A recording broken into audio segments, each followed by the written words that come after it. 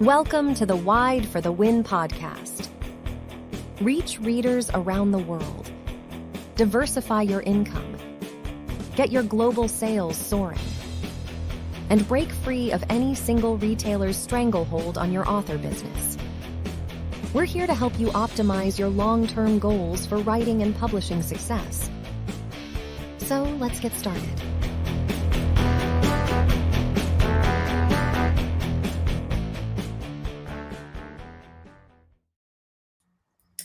Hello, fellow Wildlings and the Wide for the Win audience. Today we have a special feature coming new to the relaunch of the Wide stream, and we're calling it Make My Book Better, wherein we ask an author to share one of their books with us and we critique it. So we look at the cover, the blurb, and the sample to see how the book can be improved as far as the packaging is concerned to help the author market the book better to the right readers specifically. In today's episode, we have the wonderful Kiersten Lillis and her book Amethyst and Ashes, and I'm really, really excited to dive in. So we're going to start actually with Kiersten, give you a few seconds here or a minute or so, and you can kind of tell us a little bit about your book. Sure. So Amethyst and Ashes is the first book in a soon-to-be quartet. It's a no-spice, young adult epic fantasy series loosely inspired by Norse mythology. And it features a quest to find gemstones to complete the heroine's power. And it's a power that she never wanted. And in order to save her sisters from an evil sorceress. Ooh, that's exciting. I might have to check it out myself because that's right up my alley. All right, so for this first section, Erin and I are going to be going through our notes. We've taken a look at the book and the cover, the blurb, the sample, all that good stuff ahead of time. And during this first section, we're going to run it like my professor in college used to run our fiction workshops, where poor Kiersten is not allowed to speak for the first part. And the reason being is it lets the author ingest all the information rather than trying to react to each piece that comes at her. And then that way at the end, she'll have a chance to ask questions for clarifications, ask for more suggestions on things we might have mentioned and didn't, go as in depth as she needs. And then if by chance we have a couple minutes at the end, we might have some time for some questions, but that's not a guarantee. So, yay. I like that. No spice. I love it. All right. So with that, which should we start with? The cover, you think, Erin? Yes. And anything anybody sees about a book. Absolutely. And we'll have Mark bring that up again so we can see it in all its loveliness, and I'll describe it for anybody listening to the podcast later on. And it's actually a really good looking cover. It's very visually stunning, bright colors. It's got a purple background with some forest. Her name's at the top, Kiersten Lillis, the title Amethyst and Ashes, in a nice, easy to read font that's very typical of the fantasy genre. So it's got a little bit of a swoop on the A's. And then the series title at the very bottom. Primary colors in this, for people listening, are purple and black. It's a very visually striking cover, and I like it, but I don't think it's quite right for how you've described the book as being YA epic fantasy. The vibe that I get from this is actually YA urban fantasy or paranormal. So you might not be quite reaching the right readers with it, but this is a cover that I was really excited to do because it is a good looking cover and it's solid and well put together. So it's got a lot to recommend it. It just may not be the right. It's an example of how you can actually have a really good looking cover that might not be selling your book as well as it should be because it's not quite hitting the right trends for your specific category. So I actually did write down a list from your Also Bot specifically, plus a couple others of a style. So epic fantasy is very much, you either have like your symbol covers. You can think of like George R.R. Martin's mass market paperback covers where you have the names, the symbol in the middle, and then the title underneath, or vice versa anyhow. Or the other thing you might see a lot in any kind of, including YA fantasy, is a lot of like sweeping landscapes, castles, that kind of thing. And if you have a person on the cover, they tend to be pretty small. So to show the scale of that sweeping landscape, or if you have a main character on the cover, they're going to be doing something very, very active, like fighting a sword battle or riding a rearing horse or something along those lines. So some of the samples in your Also Bots that really stood out for me as far as cover styles go were The Midnight Sea by Kat Ross. That's much more of a symbol cover. So it's got a symbol in the middle, the title at the top, and I think her name is on the bottom. Pretty simple colors. I think hers is gold and kind of a dark gray green. something that's really easy to see. So you could put like your amethyst necklace if you wanted to go that style. Another one that I really liked was the Golden Needle, by T.J. Carroll. And that's got a castle in the background. It kind of looks like it has an ornate fence gate, like a castle gate at the front. It's kind of golden stained, and you also have a little tiny person in the very front of it that gives you that epic scale. I think those are probably the two that stood out the best as far as a cover trend that would go really well for what your book is. Another couple really good ones I like. Sterling Pierce in The Last Dragons was a really good example, and that's by Lori Chen.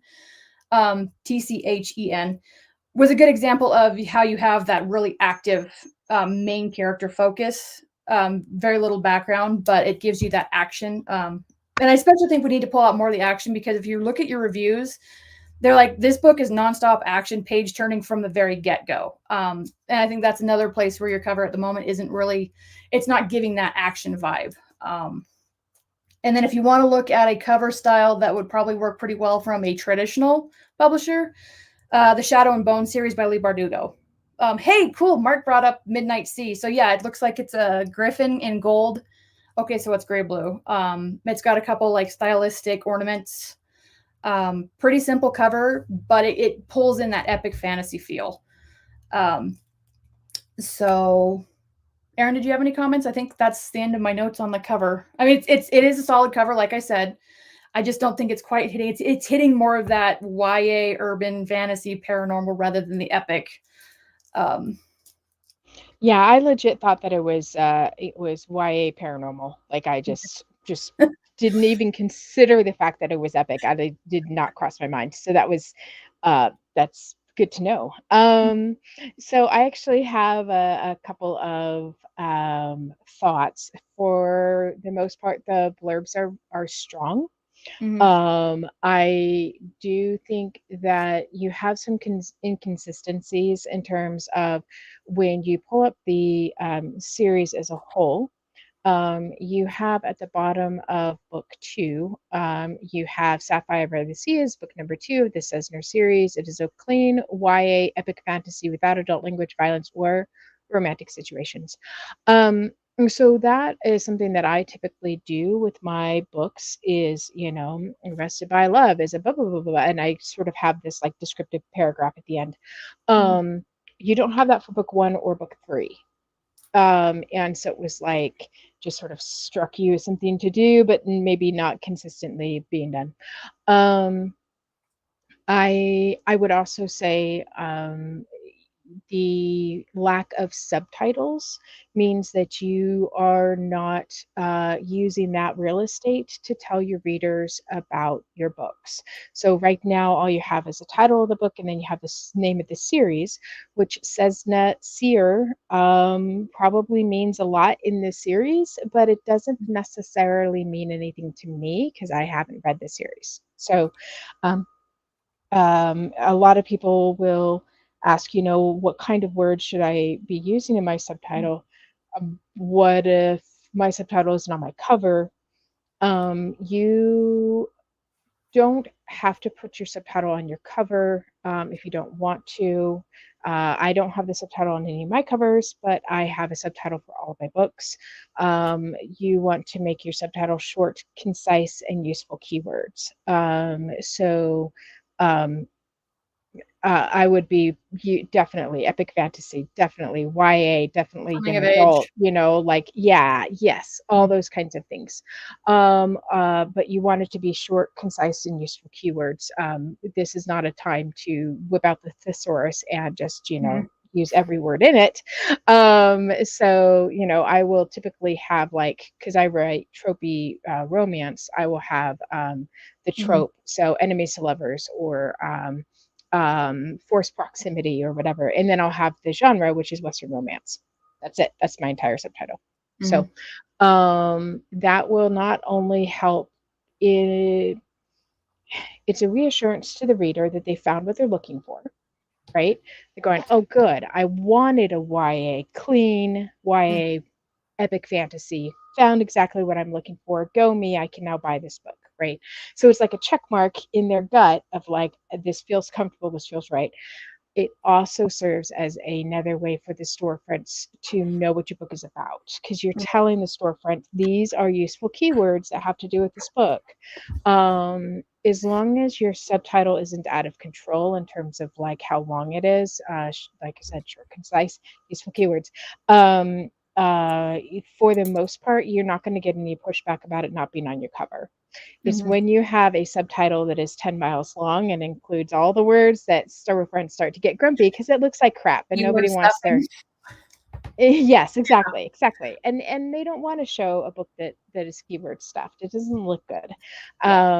So as long as you do it right, it looks good for it's helpful for the storefront, it's helpful for the reader, and that means it's helpful for you because it increases your sales. I have a suggestion actually for that. So just something really simple, because I keep seeing it both in your blurb and in your reviews, a coming of age epic fantasy. Literally that simple. I mean, that I think nails the main points of what you're looking for. Yeah. And the rest of it, they can get in the blurb, because most of the rest of them are going to be more specific to the story rather than the main genre tropes. Yeah. Okay. Sure. Hold on. You keep talking. You keep talking. Don't die on me, please. Okay. So Paul actually did have some comments on the blurbs. It's really solid. I think he and I kind of got hung up on the same stuff. It's a solid blurb. All the pieces are there. It's just kind of jumbled a little bit, so it's a little confusing. And I actually did write out, and I can send this over to you. I took the pieces and rearranged a little bit.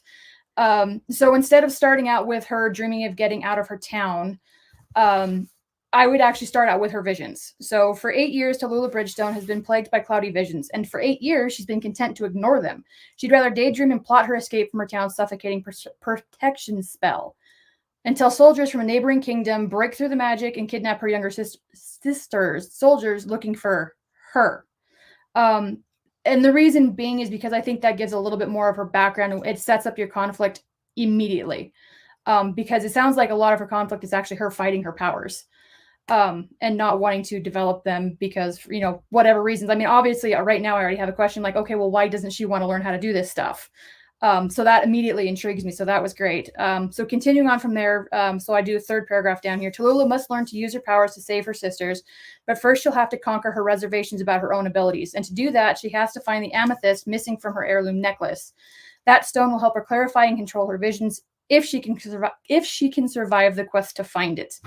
Her journey takes her through a dark forest rumored to steal souls to the realm of the dead, and, maybe most difficult of all, brings her face to face with the ghosts of her pasts. You notice I didn't actually put the sorceress in here, and the reason being is I felt that it felt a little out of place when you have the soldiers. If you want to keep that in there, I would actually put it and tell the soldiers from a neighboring kingdom, and you can even say who they're hired by if you want to keep her in there. Just because that way you're making sure it's one piece instead of two connected or disconnected thoughts. So then the final paragraph was actually the last two paragraphs. I would keep them just as they are. They were great. Her enemy has a spy. Her allies have secrets, and her dream of getting out has just become her worst nightmare. If she fails to master the power she never wanted, the sorceress will rewrite history and stain it with Tallulah's sister's blood. I think that was a really, really powerful closer. I mean, that would make me buy like, ooh, I got to do this, or at the very least, go look at the inside of the novel. Take a peek at the sample.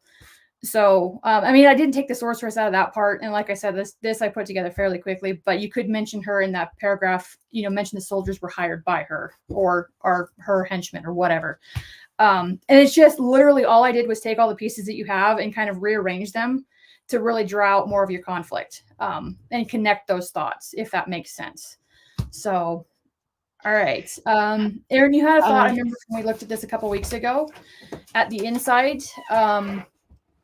And knowing that it's YA rather than middle grade, I think, at least my opinion on it, the length of some of the opening paragraphs are okay. Go. What do you have thoughts on that one? I mean, reading through it as an epic fantasy reader, and even someone who reads YA epic fantasy, I think the writing is solid. I don't think that's any of your problem, other than maybe some bigger blocks to check, breaking them down. Yes. So a couple of different thoughts now that I'm not, choking. Number one is that I would say that the when you are redoing your cover, I would consider changing the font size of your name. It's a little bit smaller, and as human beings, we tend to equate big with important. And so right now you're kind of telling the world, I'm not really that important. Don't really need to Yeah, look at me all that much. Yes, and that's a very typical thing for for authors, because indies especially. we tend to Mhm. be pretty introverted, and we're like, don't really need to be the center of your attention. Like, go look at my book, don't look at me. But the problem is that if people think that you are not important to listen to, then they're going to think that your book isn't important to listen to either, or important to read. So I'm a big proponent of making names bigger. You don't have to have it as big as mine, of course. My name is like a third of my cover. It's ridiculous, but I would make it bigger. Yeah, Brandon Sanderson. Yeah, absolutely. Like, because it's Brandon Sanderson, right? Like, the guy could publish his grocery list, and people will be Yep. like, oh wait, OMG, I got Brandon Sanderson's grocery list. I'm going to buy the same thing, right? Yeah. So like, you just need to sort of project that by being like, I mean, I don't know where you've been at, but I'm like super cool. So it's about time that you found my books and start reading them. It's, I It's like to say is building your brand around you rather than one particular book or series. The big author name is used by so many authors who are, well known, who have the big catalogs, who have the big followings for a reason. It's because their brand is built around them as the author, not any specific book that they've written. So people aren't looking for, Words of Radiance or The Way of Kings. They're looking for Brandon Sanderson. Right. And so that's, anybody who knows me knows I'm a big fan of the big author name instead, because of that reason. The biggest thing on the cover is what people are it's going to stick in their memories the best. And so I want my name to be that. Yep. More so than even the title. YA fantasy does tend to put the name a little bit smaller than the title on a lot of covers, but make sure your name is readable in thumbnail size at least. Yes, absolutely. For The sure. second thing that I would say is the pricing that you have going on right now. I have no idea if you are or are not making money with the series, but I will say that I would struggle making money with the series. For anybody who isn't aware, she has 3 books in the series. The first book is free, second book is $2.99, the third book is $4.99. That's really difficult to make money from, because It's also low for the genre. Yes, you're giving away a big chunk of money with not charging for the first book. It's an excellent wide strategy, perma-free. I'm a big advocate of it, but if you have a perma-free strategy, you have to make up for that by charging for more for the books later in the series. Yeah. I know she's not supposed to talk. She's taking a vow of silence over there, but I don't obviously have your word count. Can Mark, is it okay if she talks for a minute? I just want to know her word count of her books. Because we have a question for her, so I say yes. Okay. All right. Talk to me, Smalls. How long are your books? Okay, so the first book, Amethyst and Ashes, is about 80K. The second book is 90K. The third book is 100K. The fourth book is probably going to be 100 plus K. Okay. Yeah, definitely bump prices in that case. I'd say minimum $4.99. Yeah. Minimum. Yeah. I mean, that would at $4.99, it's still a steal. But that way at least you'd make some money on it. So I mean, overall, I think it's a pretty solid package already. But like we said, there are areas where you can make, incremental changes that I think will really help move it. And like I started reading the book and I got sucked in pretty quick. So it's definitely not a writing issue. And I think you've got that. It's engaging right from the start.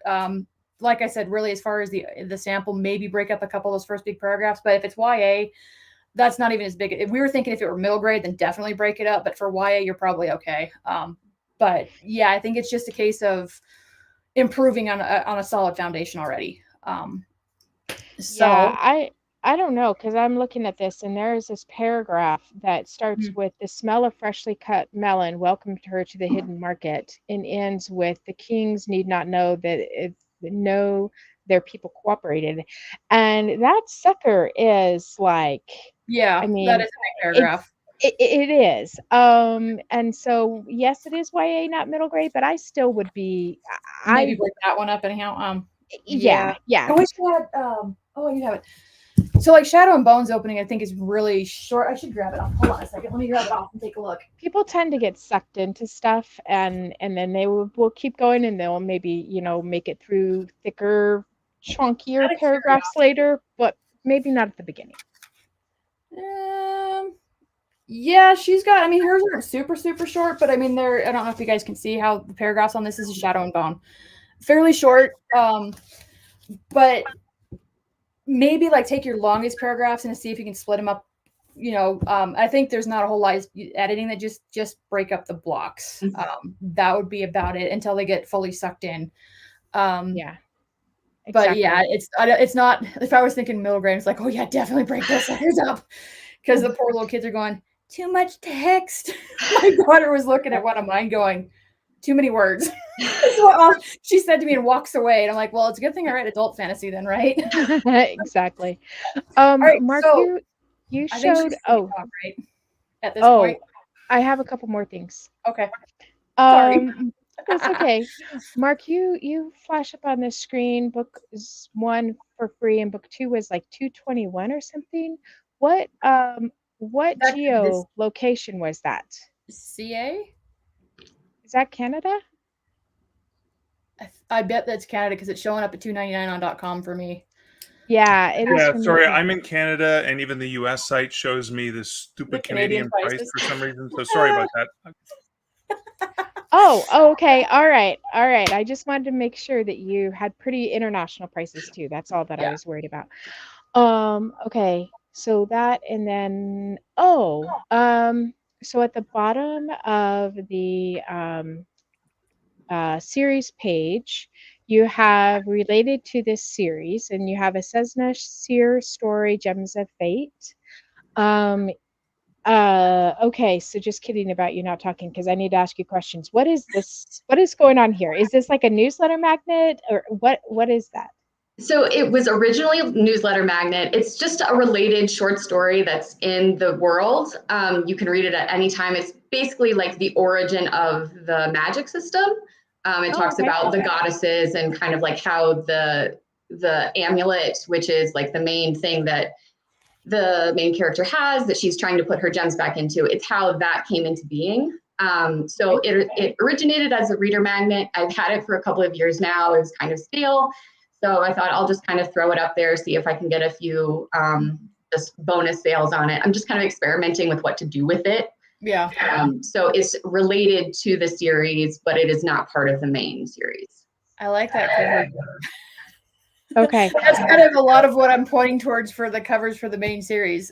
Just that kind of atmospheric, I guess, almost setting, where it gives you, and then you've got the text as the, plays into the cover. I mean, that's really great. Pulls into that cover trend that's really hot right now. That kind of stylistic symbol, object, setting. I don't know. I need to come up with better ways to describe those. Okay, so my thought is the bottom of the series page, I joke that that's where books go to die, because really nobody scrolls down to the bottom of a series page to figure out what to read. Like, it just gets lost down there. And so typically I tell people if they have a newsletter magnet, to keep it exclusive, to only be able to get it via BookFunnel by signing up for your newsletter. If you wanted to do like cross promos with other authors and use it, there or something. But when you say it's getting stale, are you promoting in the back of all of your books? Where are you using that at? So I was originally using it as a backup book sign up, and then I switched to doing like bonus scenes instead. So the newsletter sign up is now the bonus scenes. And so then I was just trying to do something different. I've used it in BookFunnel swaps. I've used it in some author swaps.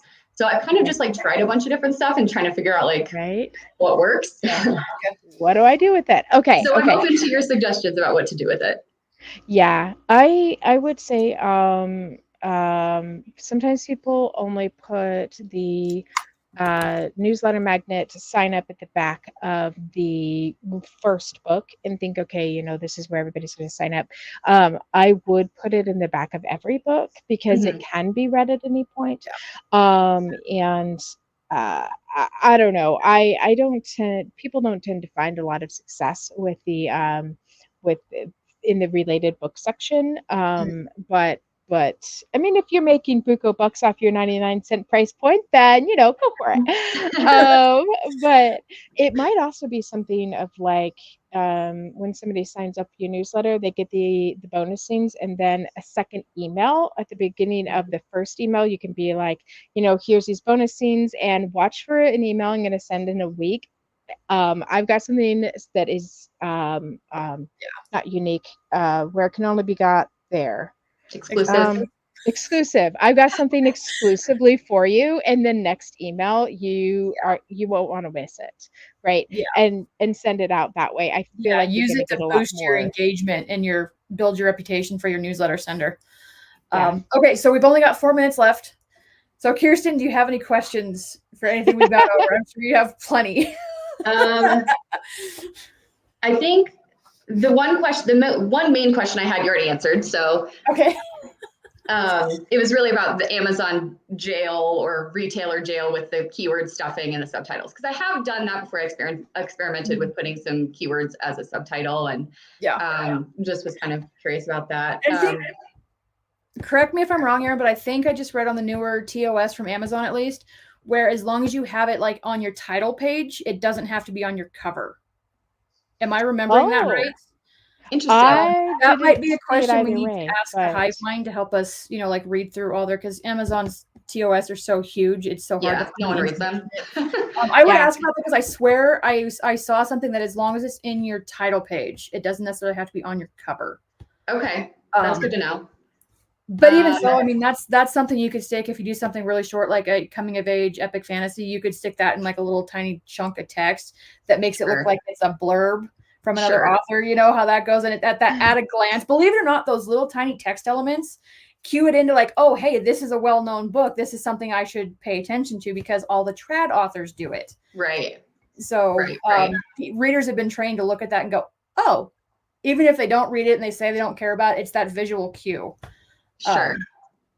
Okay, so on that same vein, so would you recommend using those same keywords on all of the books, or like switch it up a little bit based on like tropes or something that's present in the other books that may be different? So what I typically recommend is that you would like, if you have keywords that make sense, you want to have them be different between books, because that gives the system something different to search index, right?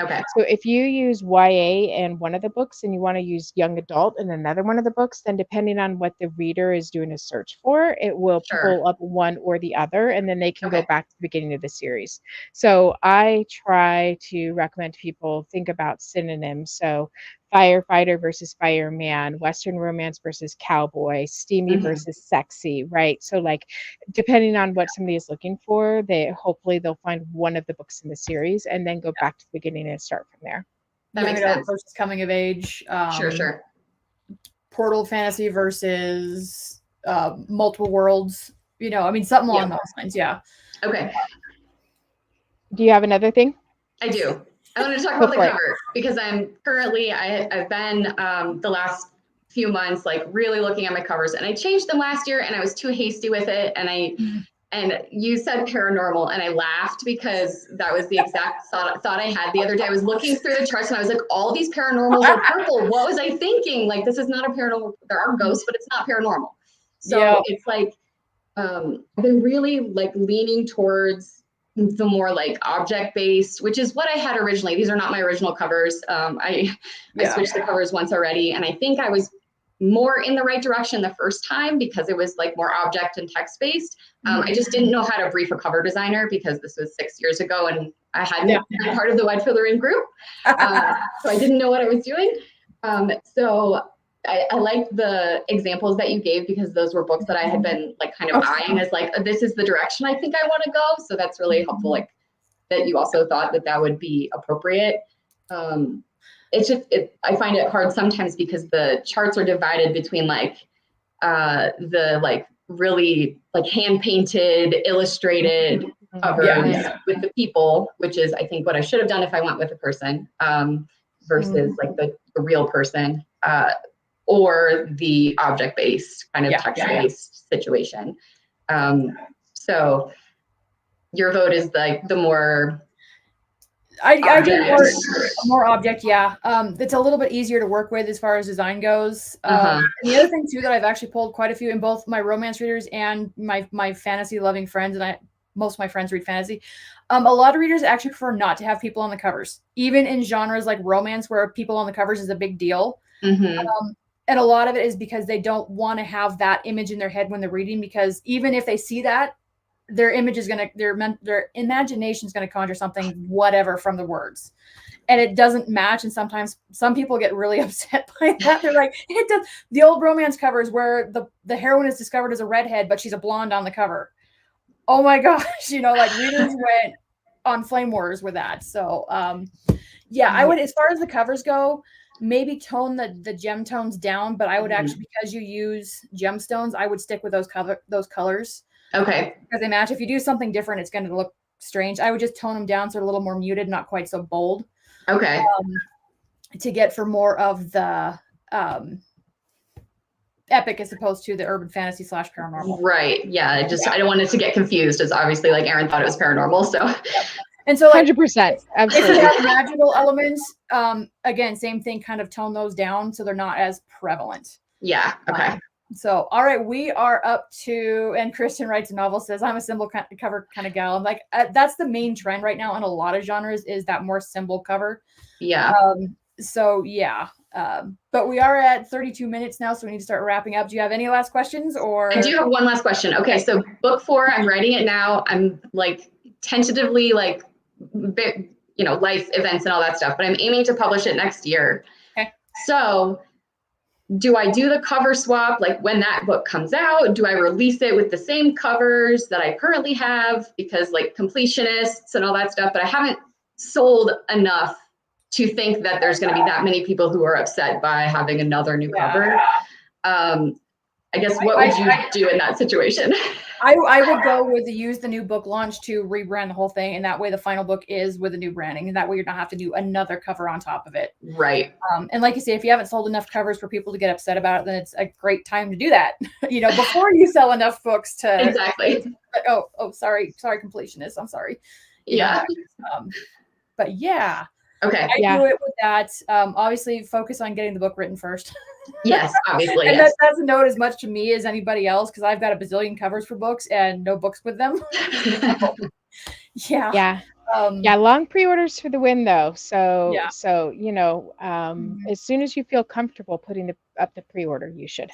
And that might be, I don't know what your tolerance is for work levels as far as where your life is at, but the new relaunch of the covers and the 4th book might be a really good idea for Kickstarter. I thought of that. That was my first thought. I was like, I can kickstart this. Yeah, that would be, I was like, that's kind of the perfect time for a Kickstarter, because you're not only rebranding, you're also launching the 4th book. So there's a lot for readers to get excited about with that. So I would say, consider Kickstarter. Yeah. And I would change one. This is my last thought, and then I'm done. So Mark can stop being like, shut up. No, I'm kidding. Hi, Mark. Is I would say $4.99 for the second book, and then $5.99 for everything after that. Yes, I meant to tell you, this is promotional pricing. I just did a promo with the first book free, and I was testing out the $2.99 price point, which didn't do very well anyway. So it will go back up. Yeah, there's a lot said about that whole implied value mentality. Like if I see a book for $2.99, I'm like, oh, it's probably not very good. Whereas I'm like, oh, $5.99, I'm like, oh, cool, I'll go grab that. Yeah, it is a thing. It's it's backed up by lots and lots and lots of data. Yeah, and I actually thought $2.99. I thought the book was a novella. Yeah, that's the other thing too. That's novella pricing. Sure. Yeah. So anyway, all right. Well, amazing. Thank you so much for letting us pick apart your book. We had a lot of fun, and I wish you many happy sales. Thank you. And I might have to go pick up a copy myself because it sounds like something really fun to read. So absolutely. All right. And thanks everybody for watching. Thank you. All right. Bye.